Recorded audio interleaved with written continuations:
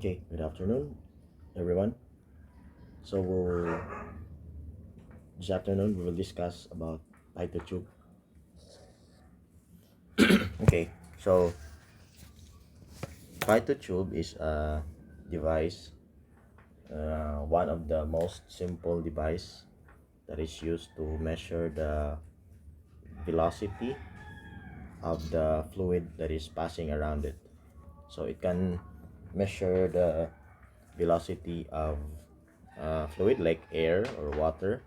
So Pitot Tube is a device that is an L-shaped device. That one. It's like a tube um, shape in L, and the lower portion of the tube is pointed opposite to the direction of the current. So if this is our surface, water surface, the velocity of the, let's say this is water, the velocity is flowing in that direction. So Pitot Tube is oriented, it's faced space opposite of the current, so it can measure the velocity by utilizing the difference in pressure between uh, the water, in this case between the water outside the tube and the water inside the tube. So as you can see, if a particle of water will pass on that or will follow on that direction, so it will enter this point here. So we'll just call it as, let's say, point 2 here, say just a little inside the tube. So as you know, we have water inside this tube. As water will enter, then velocity due to the velocity of that water particle entering the tube, so water will rise,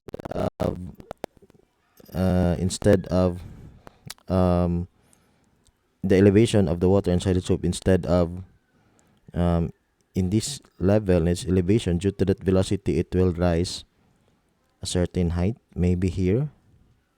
So maybe a certain height, let's say h, that distance. Okay, then we'll call it as uh, here, we'll just call it as this point as point 1. So we have point 1 and point 2. Remember that point 1 and point 2, they are on the same elevation.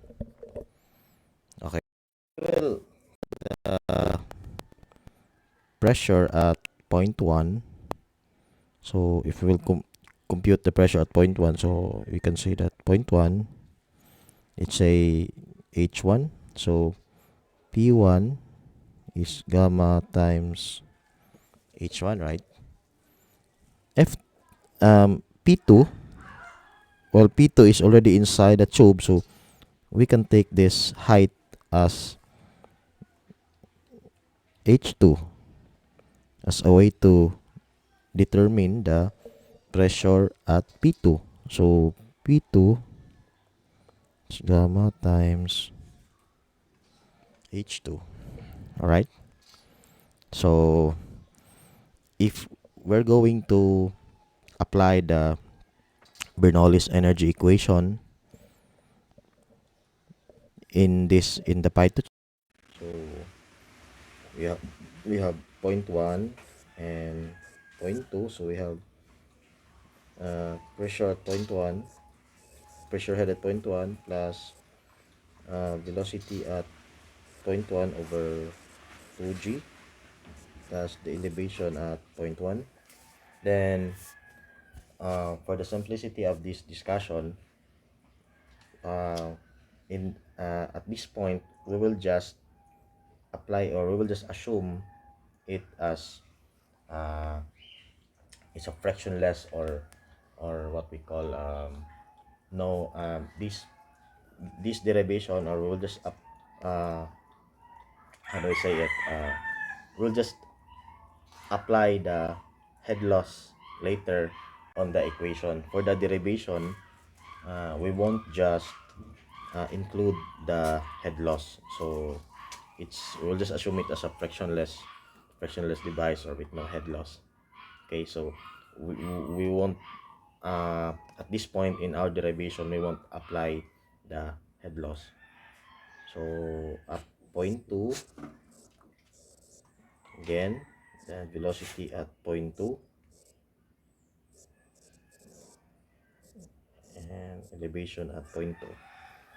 Okay, first is, since uh, point 1 and point 2 are on the same level or on the same elevation, so z1 is equal to z2, so we can cancel out z2, right?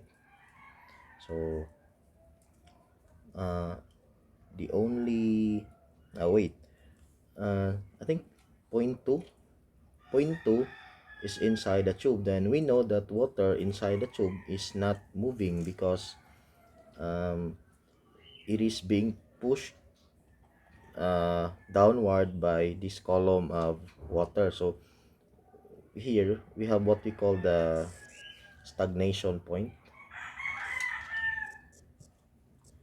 stagnation or stagnant.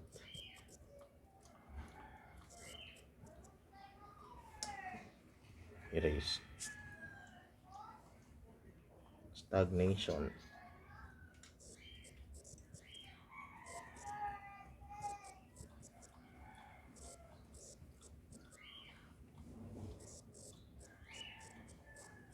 Okay, where water or the fluid will become stagnant because it will reach a balance between pushing the water on that direction, and this column of water will also push it towards that direction. So it's a stagnation point, whereas water outside the tube will just flow with a certain velocity. Velocity here, velocity here we have zero velocity. It's a stagnation point, so we can cancel out here as 0. Okay, so what remains in the equation is P1, P2, and V1. So we can rearrange the equation as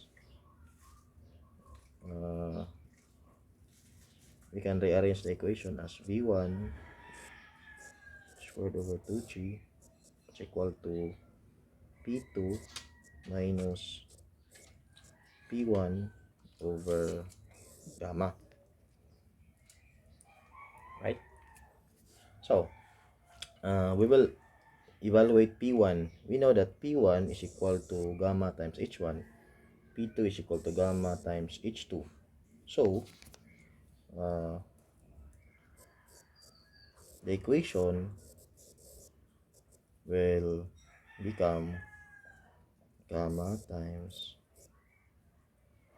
no, this is Pitot, sorry, H2 minus gamma times H1 over gamma. So the right term, we can cancel out gamma, right? So the equation will reduce to H2 minus H1, where H2 minus H1, going back to our figure, H2 minus H1 is just equal to H, diba? H2 minus H1 is just equal to H.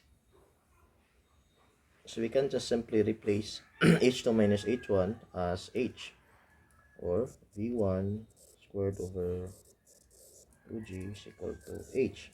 In that way, we can compute, or we can solve V1 as the square root of 2G times H.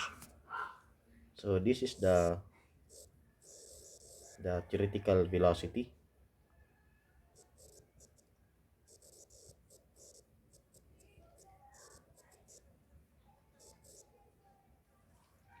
theoretical velocity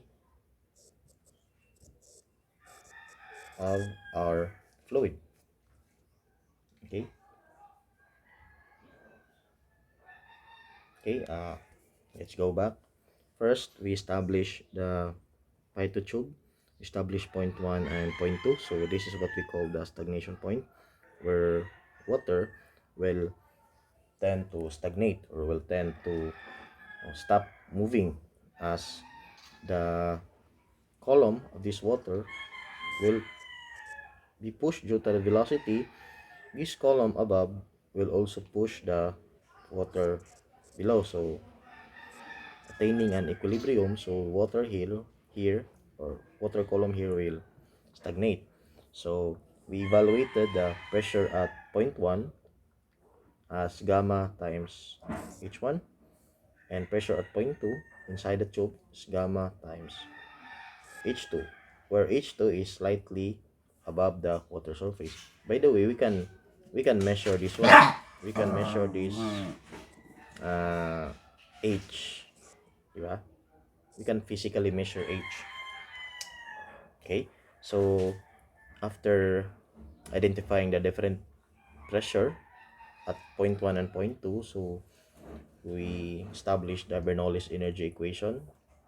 Remember, when we established the Bernoulli's energy equation, we didn't include the head loss. So that's why in our velocity, this is what we call the theoretical velocity.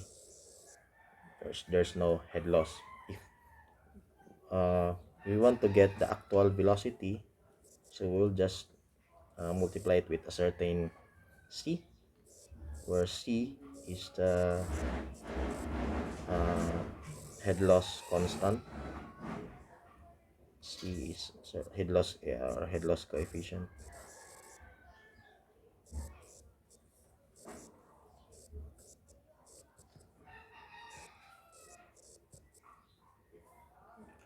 This is the actual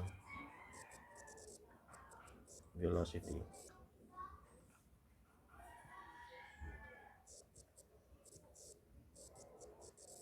Okay. Now, question: how do we determine C? Actually, different device at a certain velocity has different C. So, different device at a certain range of velocity have different C. So, nana siya ay different values sa C. Now, remember that C cannot be equal to 1 and also cannot be less than 0. So, the value of C is basically or we'll just put it this way: C is greater than 0 and less than 1. Okay, so nara na, it yes, the value of C is between 0 to 1. It's not more than 1, it's not 1, it is always less than 1. It's not more than 1, it's always less than 1. And it's always more than 0. So it's okay, 0.9, 0.95, 0.97, or 0.6, 0.8, 0.5, 0.7, 0.85. So there. So C can be determined actually through experiment. So supposedly, if we have access to our laboratory, we can do an experiment. We can measure the actual velocity. Then we can solve for the theoretical velocity, and in that way we can determine the value of C. So in our laboratory, we have a hydraulic bench where we can measure the actual velocity of the flow. In open channel flow, we can actually measure actual velocity, and we can submerge the tube in this way. So ato na siyang natay open channel, we have an open channel, then ato na siyang ibutang, we can install the tube in that manner, and then we can physically measure this value. Okay, we can measure this value h, and then maybe different trials, 5, 7, less than 10 trials, 9 maybe.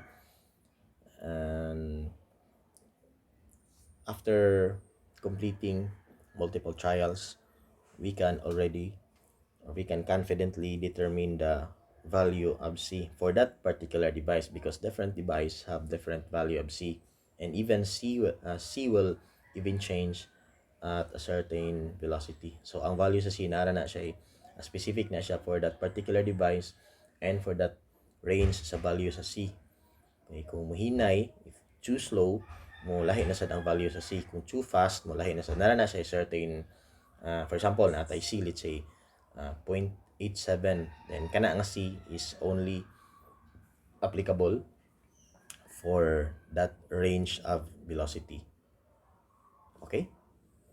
So, if you have a question for this video, you can comment it in the reply button of the MS Teams.